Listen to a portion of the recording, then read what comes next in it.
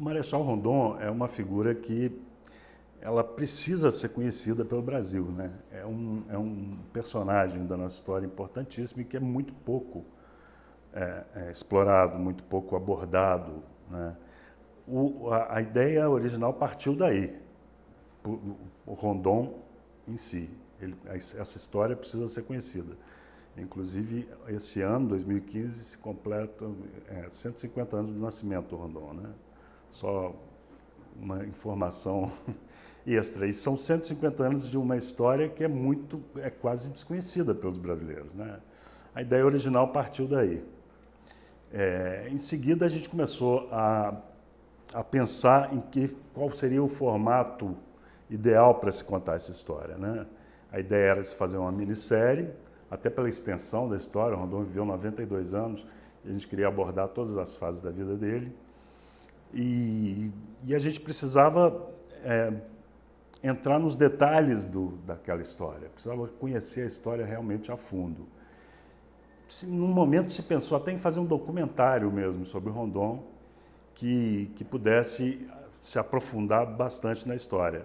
Mas a gente começou a perceber que a vida do Rondon ela é repleta de acontecimentos dramáticos e sensacionais. Então, que ela precisava também da ficção, né? E eu, uma vez, revendo um filme que eu tinha gostado muito, que é um filme do Al Pacino chamado Looking for Richard, que é Ricardo III, um ensaio, eu comecei a ver a riqueza daquele filme. Eu falei, olha, eu acho que o Rondon, apesar de Rondon ser um personagem real e o Ricardo III era a peça do Shakespeare que o Al Pacino investigava, mas eu vi naquela investigação do Al Pacino uma grande inspiração para investigar o Rondon também.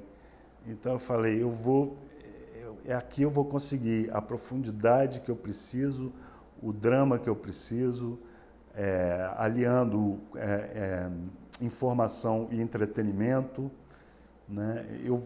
Então eu vou construir uma investigação na linha, uma investigação realmente. Então o que acontece? O ator principal que representa o Rondon, que é o Rui Ricardo Dias, ele vai atrás das informações do personagem, né? Então ele conversa com os historiadores, ele vai nos locais históricos, ele busca a informação que vai dar para ele subsídios para ele desenvolver o próprio personagem que ele vai interpretar, né? Então essa foi a ideia original para se construir a série nesse formato docudrama. Isso é uma questão bastante delicada, porque a história ela precisa ser respeitada, né? A história precisa ser, você não pode alterar, né? Você não pode modificar a história já está escrita, a história está aí, né? O grande desafio é você conseguir buscar elementos que te permitam aprofundar a questão dramática, né? A dramaturgia, sem alterar o conteúdo em si, né? No caso do Rondon, por exemplo, a vida dele é repleta desses acontecimentos, né? O Rondon é um cara que nasceu no interior de Mato Grosso em 1865, quer dizer, era um lugar completamente ermo, completamente desconhecido, e ele chegou ao maior posto do Exército Brasileiro, Marechal da Paz, como dizia Darcy Ribeiro, né? Só aí você já tem uma linha dramática especial, né? Você pensar, é uma história similar à do Lula, por exemplo, que também foi feito um filme do Fábio Barreto, que eu até participei, quer dizer, o retirante que chegou à presidência da República. O Rondon é a mesma coisa, né? É o cara do interior, do mais profundo interior do Brasil, que chegou a marechal e patrono das comunicações do Brasil, né? Então, só aí você já vê essa linha dramática praticamente construída. E à medida que você vai buscando os fatos históricos, você vai encontrando elementos que têm uma potencialidade dramática impressionante, né? Então, existem histórias e histórias, né? A história específica do Rondon, da vida dele e da obra, do trabalho dele, é especialmente favorável à dramatização, né? Agora, então, o trabalho é exatamente esse, é você conseguir, dentro da história factual, você pescar, você descobrir, você desvendar elementos ou acontecimentos ou passagens que possam te dar o substrato para a dramatização. Olha, eu acho que isso é uma tendência, né? Porque quando você resolve fazer uma série ou um filme sobre um personagem histórico, é porque você admira muito ele, né? Então, ou ele é muito admirado por uma grande parte da população, enfim.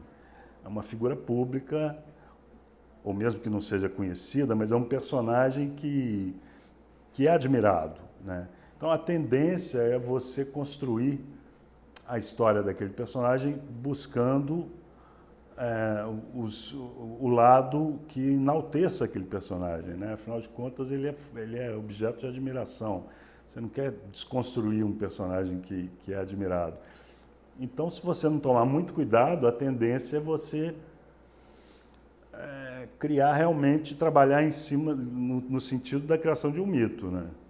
Isso precisa, por isso até que eu escolhi também fazer o docudrama, porque você, de alguma maneira, você consegue desconstruir o mito, né? Você pode até...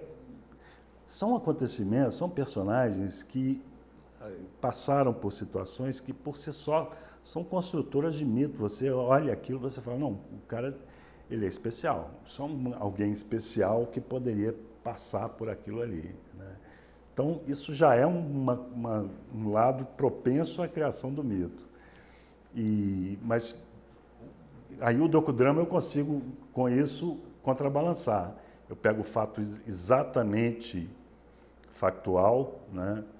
Eu posso desconstruir uma mitificação através de uma informação, ou vice-versa. Uma informação mitificadora eu posso desconstruir com uma encenação, né? Mas eu acho que a tendência é realmente, se não se tomar cuidado, é realmente construir um mito. Mas eu acho que pela admiração. E eu acho que o grande trabalho, quer dizer, que seria o trabalho ideal, seria exatamente você conseguir mostrar o lado mítico de um personagem como